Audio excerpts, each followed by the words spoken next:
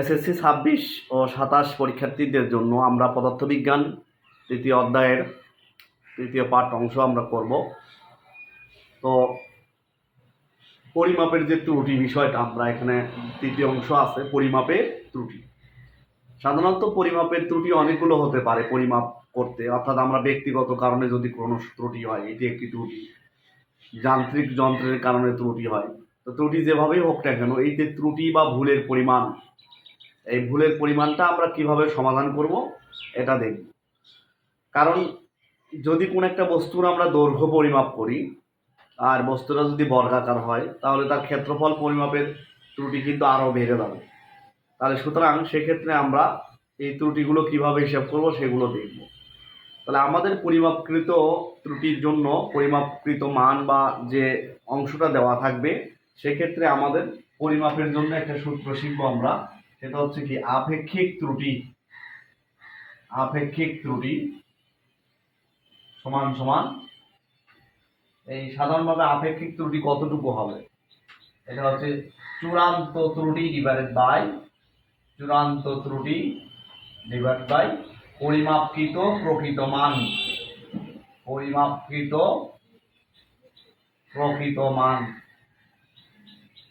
পরিমাপকৃত প্রকৃত মান, এই সূত্রটার সাহায্যে কিন্তু আমরা করব।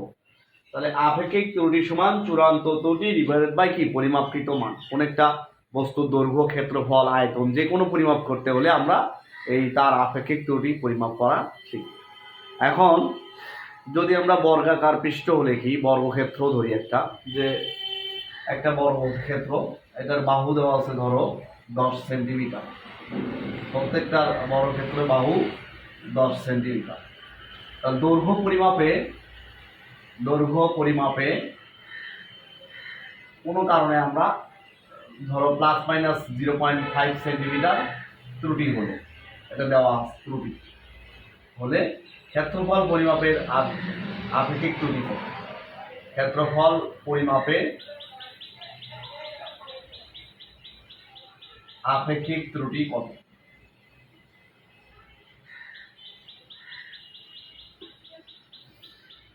তাহলে একটা বর্গক্ষেত্র দেওয়া আছে, এই বর্গক্ষেত্রে দৈর্ঘ্য দেওয়া আছে, দৈর্ঘ্য পরিমাপের একটা ত্রুটি বলা থাকবে। এখানে আমরা 0.5 সেন্টিমিটার দিয়েছি, এটাতে বলতে পারে 0.5 প্লাস মাইনাস 5 সেন্টিমিটার দেওয়া আছে।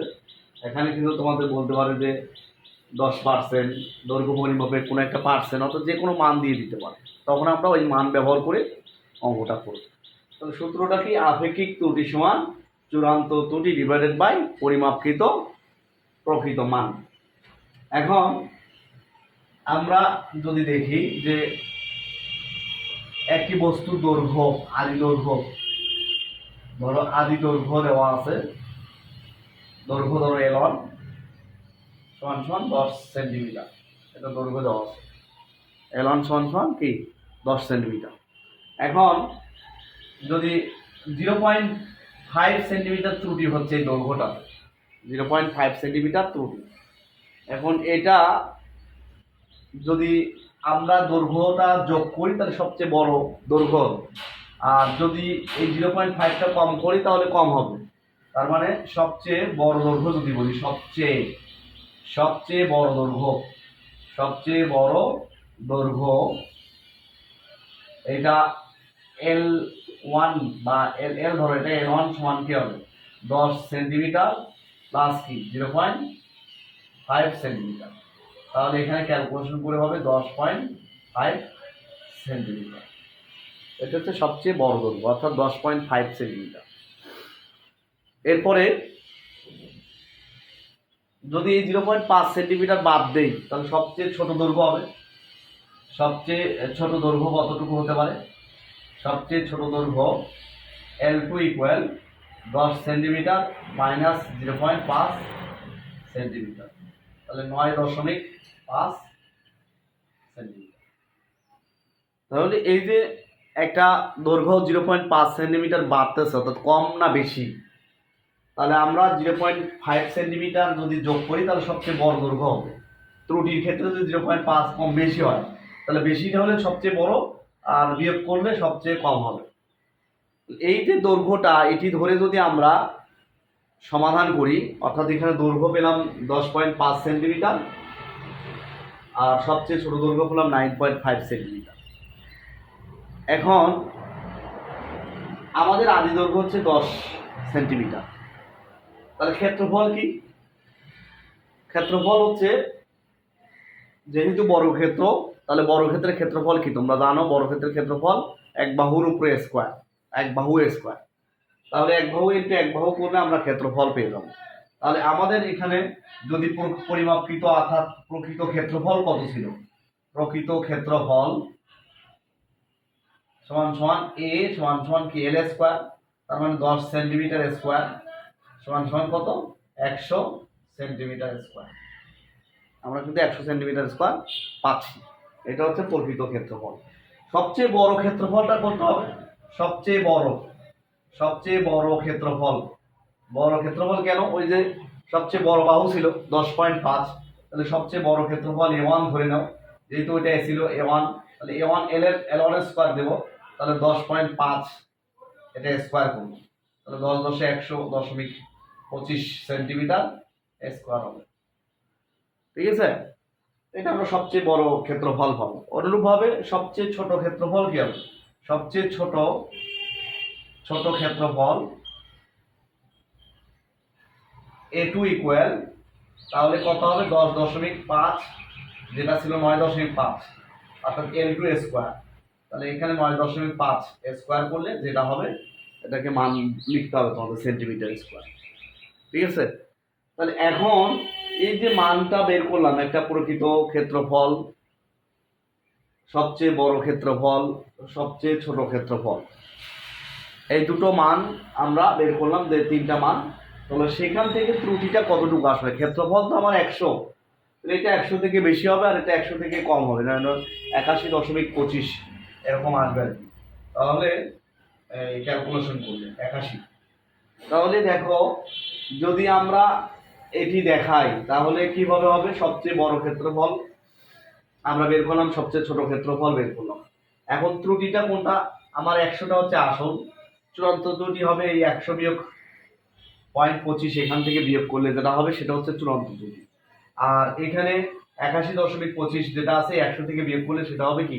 চূড়ান্ত ত্রুটি। তাহলে দুইটা চূড়ান্ত ত্রুটি আসবে। সেটা হচ্ছে 100.25 থেকে একটা 100 বিয়োগ করবে, আবার 81.5 থেকে 100 কি করব? বিয়োগ করব।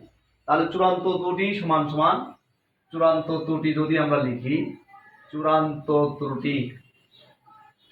ত্রুটি কোনটা হবে? চূড়ান্ত ত্রুটি হবে 100 বিয়োগ 100 সেন্টিমিটার, আর এখানে 10.5 স্কোয়ার আর কি, এটা ক্যালকুলেশন করে যেটা হবে, মডুলার যদি মাইনাস আসে প্লাস সেন্টিমিটার স্কোয়ার নিব। অথবা আরেকটা হচ্ছে যদি 100 থেকে আমরা বিয়োগ করি কোনটা? এই যে 9.5 যেটা ছিল এটার উপরে হোল স্কোয়ার, তাহলে এটা হচ্ছে সেন্টিমিটার স্কোয়ার। এই ত্রুটিটা হচ্ছে তোমার চূড়ান্ত ত্রুটি। এই দুইটা মান যদি আমি বসাই সমীকরণে, তাহলে আমাদের আপেক্ষিক ত্রুটি হবে। তাহলে সুতরাং ক্ষেত্রফল পরিমাপের আপেক্ষিক ত্রুটি কত হবে? এখানে সবচেয়ে বড় চূড়ান্ত ত্রুটি এটা আসবে, তাহলে এখান থেকে বিয়োগ করে আমাদের 100 গুণন কি 100%, এটাকে পার্সেন্টেজ করে এই আদি ক্ষেত্রফল যেটা 100, অর্থাৎ পরিমাপকৃত প্রকৃত মান 100, এবং এটাকে 100 দিয়ে গুণ করে মান বের করে যেটি আসবে সেটা হচ্ছে আমাদের শতকরা ত্রুটি। তাহলে আমরা কিন্তু শতকরা পরিমাপের ত্রুটিগুলো এভাবে করি, অর্থাৎ আমাকে প্রথমে নতুন দৈর্ঘ্য বের করতে হবে, অর্থাৎ ত্রুটি সহ ত্রুটিটা যোগ বিয়োগ করে প্লাস মাইনাস করে, এরপরে আবার ত্রুটি কম বেশি করতে হবে, এরপরে এখান থেকে ক্ষেত্রফল বের করতে হবে, ক্ষেত্রফল থেকে আমরা চূড়ান্ত ত্রুটি বের করে এরপরে আমরা আপেক্ষিক ত্রুটিতে মান বের করব। ঠিক আছে, আমরা এই সম্পর্কে একটা অঙ্ক দশমিক ছাড়া লিখি, তাহলে আরো বুঝতে সুবিধা হবে। দেখো, ধরো 10 সেন্টিমিটারই দৈর্ঘ্য দেওয়া আছে একটা আয়তক্ষেত্র, বর্গক্ষেত্র আবার আঁকি, আমরা যদি মান দিয়ে বুঝাই 10 সেন্টিমিটার 10 সেন্টিমিটার 10 সেন্টিমিটার। পরিমাপের দৈর্ঘ্য পরিমাপ হচ্ছে দৈর্ঘ্য পরিমাপের ত্রুটি, দৈর্ঘ্য পরিমাপের ত্রুটি হচ্ছে কয় পার্সেন্ট? 10% মূল্য। দৈর্ঘ্য পরিমাপের ত্রুটি হচ্ছে 10%। তাহলে 10% ত্রুটি মানে কি? 10 সেন্টিমিটারের জন্য 10% ত্রুটি হয়। তাহলে এখানে ত্রুটিটা যদি আমি বের করি, ত্রুটি সমান সমান কত হবে? 10 সেন্টিমিটারের কয় পার্সেন্ট? 10%। তার মানে কি 10 সেন্টিমিটার গুণন 10 ভাগ কত? 100। তাহলে আমরা এটা কাটাকাটি করলে 1 সেন্টিমিটার আসতেছে। তার মানে পরিমাপের ত্রুটিটা আমাদের 1 সেন্টিমিটার। ক্যালকুলেশনের জন্য, হিসেবের জন্য আমরা ধরে নিলাম, অর্থাৎ 1 সেন্টিমিটার পরিমাপের ত্রুটি হচ্ছে। এখন তাহলে আদি দৈর্ঘ্য ছিল L1 সমান কত সেন্টিমিটার? 10 সেন্টিমিটার এল আদি দৈর্ঘ্য। আর ক্ষেত্রফল এ সমান হবে কি? তাহলে 100 সেন্টিমিটার স্কয়ার হবে। এটা আদি ক্ষেত্রফল। সবচেয়ে বড় ক্ষেত্রফল L1 যদি 10 সেন্টিমিটার সাথে যদি তুমি কি করো 1 সেন্টিমিটার যোগ করো, তাহলে 11 সেন্টিমিটার আসবে। তাহলে ক্ষেত্রফল হবে 11 এই যদি স্কয়ার করি তাহলে 121 সেন্টিমিটার স্কয়ার আসছে। এটা হচ্ছে সবচেয়ে বড় ক্ষেত্রফল আর এটি সবচেয়ে বড় দৈর্ঘ্য। এখন যদি আমি L2 লিখি, L2 সবচেয়ে ছোট 10 সেন্টিমিটার মাইনাস কি 1 সেন্টিমিটার, তাহলে এটা সমান সমান কত সেন্টিমিটার হবে? 9 সেন্টিমিটার। তাহলে ক্ষেত্রফল হবে 9 সেন্টিমিটার স্কয়ার। তাহলে কত হচ্ছে? 81 সেন্টিমিটার স্কয়ার। 81 centimetre square. তাহলে দেখো আমরা দৈর্ঘ্য পাচ্ছি, ক্ষেত্রফল পাচ্ছি, L1 পাচ্ছি, A1 পাচ্ছি, তাহলে L2 এবং A2 পাচ্ছি। তাহলে এটা 9 সেন্টিমিটার, এটা হচ্ছে 81 সেন্টিমিটার। এখন এটি থেকে যদি আমি ত্রুটি বের করি, চূড়ান্ত ত্রুটি লিখি। চূড়ান্ত ত্রুটি কত বলতো? 100টা হচ্ছে আসল, 100 বিয়োগ 121 সেন্টিমিটার স্কয়ার, অথবা এটা মডুলাস দিয়ে লিখি, তাহলে কত হচ্ছে 21 সেন্টিমিটার স্কয়ার মাইনাস, তাহলে সেটা হচ্ছে 21 সেন্টিমিটার ধনাত্মক ধরে নিই, কারণ এগুলো ত্রুটি ধনাত্মক ধরতে হবে। এবং অথবা আর একটা হচ্ছে 100 বিয়োগ কত 81 সেন্টিমিটার স্কয়ার, তাহলে সমান সমান 19 সেন্টিমিটার স্কয়ার। তাহলে দুইটা ত্রুটি বের হলো, চূড়ান্ত ত্রুটি কিন্তু দুইটা বের হলো, একটা হচ্ছে 81 সেন্টিমিটার স্কয়ার আর একটা কত 19 সেন্টিমিটার স্কয়ার। তাহলে এই 21 এবং 19, তাহলে সবচেয়ে বড় চূড়ান্ত ত্রুটিটি যদি লিখি, সবচেয়ে বড় চূড়ান্ত ত্রুটি কোনটা হবে? এটা থেকে এটা যদি বিয়োগ করি তাহলে এই যে 21 সেন্টিমিটার স্কয়ার। তাহলে আপেক্ষিক ত্রুটি কত হচ্ছে? ক্ষেত্রফলে আপেক্ষিক ত্রুটি সবচেয়ে বড় 21 ভাগ কত? পরিমাপকৃত প্রকৃত মান 100 গুণন কত? 100%। তাহলে দেখা গেল কি ক্ষেত্রফল পরিমাপে 21% ত্রুটি হচ্ছে। তাহলে শিক্ষার্থীরা লক্ষ্য করো, খুবই গুরুত্বপূর্ণ বিষয়। আমরা দৈর্ঘ্য পরিমাপে কিন্তু 10% ছিল ত্রুটি নিয়েছিলাম, দৈর্ঘ্য পরিমাপটা 10% ত্রুটি ধরা হয়েছিল, কিন্তু ক্ষেত্রফল পরিমাপে সেটি কিন্তু 21%-এ গিয়ে আবদ্ধ হয়েছে, মানে 21% হয়ে গেছে। তার মানে কি ক্ষেত্রফল পরিমাপে ভুলটা আরো বেড়ে গেল, কারণ এখানে স্কয়ার হচ্ছে যে। সুতরাং আমরা ছোট ক্ষুদ্র ক্যালকুলেশনে যত ভুল করব, বড় ক্যালকুলেশনের মান তত বেড়ে যাবে।